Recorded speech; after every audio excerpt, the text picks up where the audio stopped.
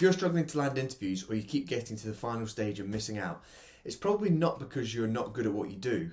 It's because the hiring market's changed and most people are still interviewing like it hasn't.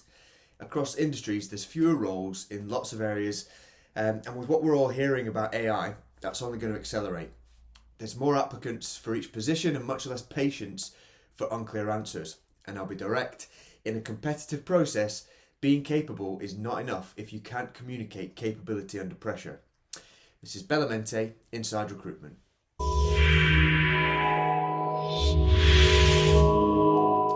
I've worked in recruitment across multiple industries, both agency and in-house, from hands-on delivery through to leadership. And the pattern's consistent. The strongest candidate on paper doesn't always get the job. The candidate who makes it easy for the panel to trust their thinking is the person who often does. And that's it's not about confidence tricks, it's just about clarity. So what's actually changed then? Well, employers are more cautious now. Budgets are much tighter, retention matters a lot more, hiring mistakes have even bigger consequences.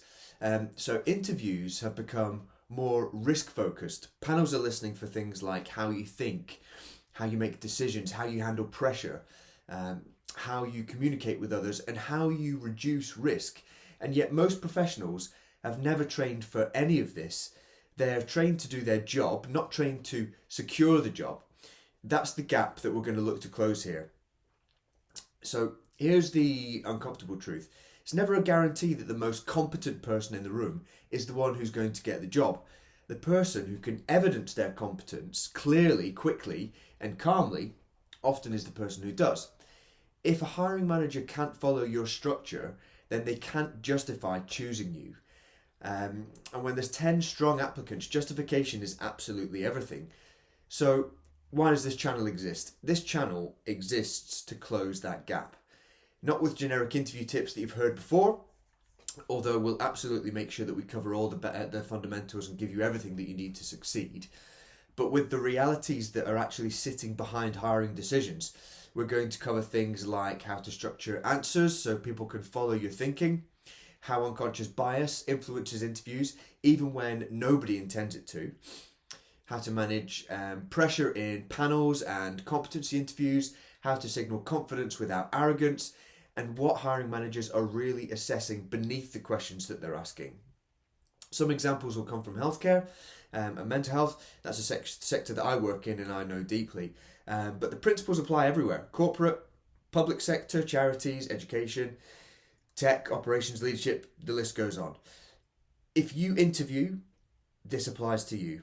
If you hire, it also applies to you. So what's in your hands? You cannot control the market, but you can control preparation. You can control how clearly you communicate, and you can control whether your answers show evidence, judgment, and impact. That's where your advantage is going to come from. It's not going to come from luck, it's not going to come from perfect timing or skill.